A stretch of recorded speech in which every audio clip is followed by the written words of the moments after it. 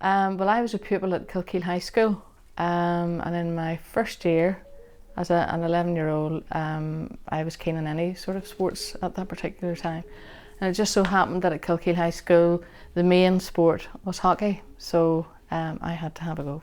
Right or wrong may it be, but I always wanted to try and be the best, at whatever I wanted to do, and I thought, by doing that I really had to work hard. 1988, I was 33 years of age, and I knew this was my last chance. 1980, I didn't get 1980, we didn't qualify in 1984, and I thought I'm just destined not to be there. So it didn't really hit in until I was actually walking out into the opening ceremony on the track, on the very first morning. And just walking into the stadium was it was very moving. It was just, even I've, goosebumps thinking about it now. It just takes your breath away. It's just an unreal place. You can't believe that you're there. You really can't believe it. So playing in the first match was against New Zealand in the Olympics. And I was so nervous I could hardly even take a breath.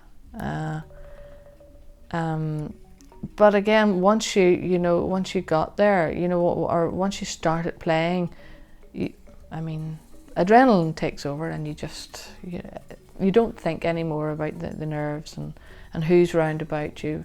All you want to do is try to play your best. We could have performed better. I think we could have had a bronze medal. This was the first time the British women's team had ever performed at that kind of a level, and I think it was a learning curve for the management and for the players. The closing ceremony was a great, I felt how could I explain the closing ceremony? I was delighted that it was the end of the tournament. I didn't want it to go on and on. I suppose we were all physically and mentally tired, but it was nice to know you're coming back just to play in a wee club, and just go out and enjoy it. And if you win, you win, and if you play well, you play well. But to play in such a tournament such as the Olympics, there's a lot of pressure on. The opportunity of playing, in countries that I never would have ever visited, or been to. Now that was wonderful, travelling to different countries, but really the friendships and